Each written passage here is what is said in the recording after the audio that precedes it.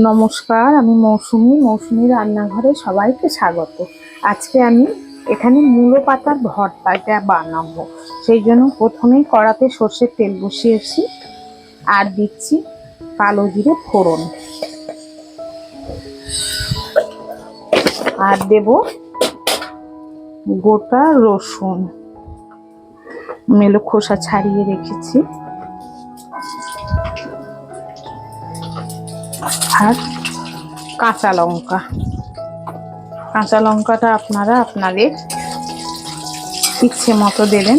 বেশি ঝাল পছন্দ করলে বেশি দেবেন, কম ঝাল পছন্দ করলে কম দেবেন। গ্যাসটা কমিয়ে দিলাম, একটু ভাজা ভাজা করে নিই, তারপরে মূলো পাতাটা দেব। আমি এখানে মূলো পাতাটাকে ভালো করে কেটে ধুয়ে পরিষ্কার করে রেখেছি। একটু মূলো পাতাটা আমি ভেজে নেব, ভাপিয়ে নিলেও হয়, ভাপিয়ে নিয়েও একসঙ্গে বাটা যায়, আবার তেলে নেড়ে নিতে হয়। তাই আমি এখানে তেলেতেই দিয়ে দিচ্ছি। মূলো পাতার একটা গন্ধটা চলে গেলে তারপরে নামিয়ে নেব।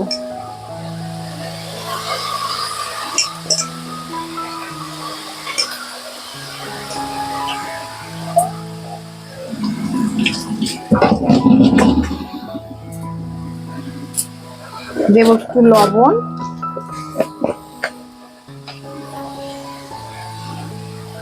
অল্পই দিই,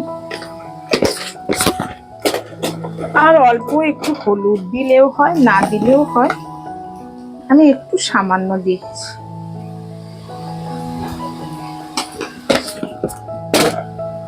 দিয়ে এটা আমি একটু ভাজা ভাজা করে নেব, ওপর নিচে করে ভাজা ভাজা করে নিয়ে তারপর ঠান্ডা করে এটা ধনেপাতা সহযোগে মিক্সিতে বেটে নেব। এর সাথে ধনেপাতা মিশিয়ে দিলে দারুণ লাগবে, সেন্ট একটা সুন্দর গন্ধ আসে ধনেপাতার।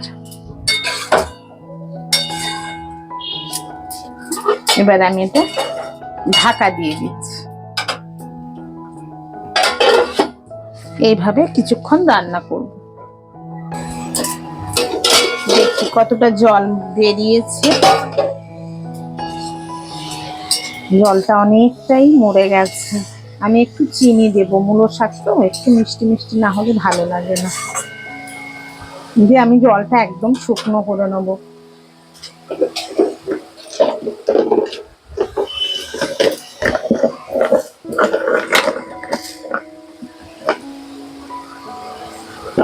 মিষ্টিও আপনারা যে যেমন খাবেন সেইভাবেই দেবেন। আর কেউ যদি মনে করেন মিষ্টি একদমই দেবেন না, এইভাবে আরো কিছুক্ষণ এটাকে ভাজা ভাজা করব, মানে শুকনো করে নেবো। জলটা যে এক্সট্রা জল এটা আছে, এটা আমি শুকনো করে নেব। দেখছি ভাজা ভাজা হয়েছে কত দূর। এইভাবে ভাজা ভাজা না করেও আপনারা জলে একটু ভাপিয়ে নিতে পারেন। এই উপকরণগুলো দিয়ে একসঙ্গে বেটে তারপর কালো জিরে ফোড়ন দিয়ে আপনারা কালো জিরে বেটেও নিতে পারেন, তারপরে তেলে নেড়ে নিতে পারেন। সেভাবে করলেও হবে, আর এইভাবে করলেও হবে। আমার আর এক্সট্রা জল নেই, আমি এবার গ্যাসটা কমিয়ে একদম বন্ধ করেই দিচ্ছি। এগুলো একটা প্লেটে তুলে নিচ্ছি। ঠান্ডা হলে শিলনোড়ায়ও বেটে নিতে পারেন, না হলে মিক্সিতেও বেটে নিতে পারেন। ঠান্ডা হোক ভালো করে, তারপরে বেটে নেব।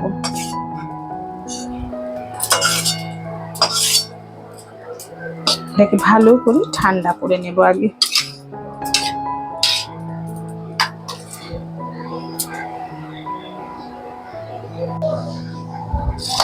আমার এই মূলো শাকটা ঠান্ডা হয়ে গেছে। এটা আমি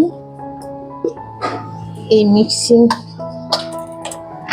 জারের মধ্যে নিয়ে নেব।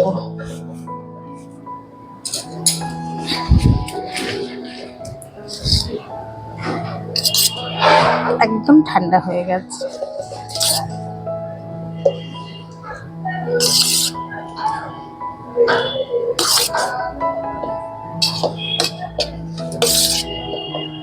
আর এর সাথে আমি একটু ধনে পাতা দেব।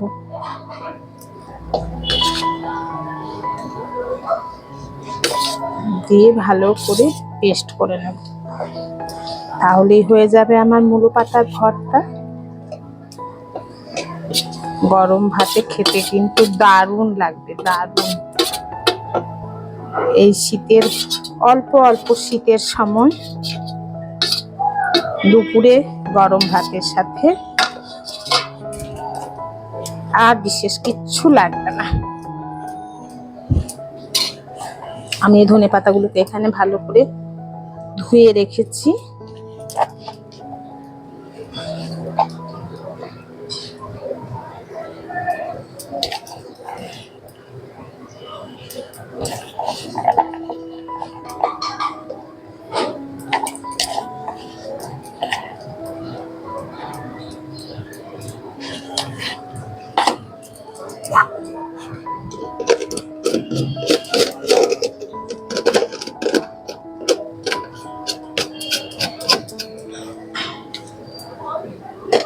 দিয়ে আমি এখানে ব্লেন্ড করে নেব। আমার বাটা হয়ে গেছে মূলোর পাতাগুলো। এবারে আমি পরিবেশনের জন্য রেডি করছি। যদি দেখেন আপনারা পেস্ট করার পরে একটু জল জল ভাব থাকে, অনেকের হয়তো থাকতে পারে, তাহলে আপনারা তখন আরেকবার কড়াই নেড়ে নিতে পারেন। শুকনো শুকনো না হলে তো এটা খেতে ভালো লাগবে না। দেখুন আমার কোনো কিছুই জল নেই, একদম শুকনো। যদি থেকে যায় মনে হয় তাহলে কড়াই নেড়ে নেবেন, কেন এটা হবে ভর্তাটা একদম শুকনো শুকনোই হবে। আর গরম ভাতে জাস্ট জমে যাবে। খুব মিহি যেন হয় বাটাটা।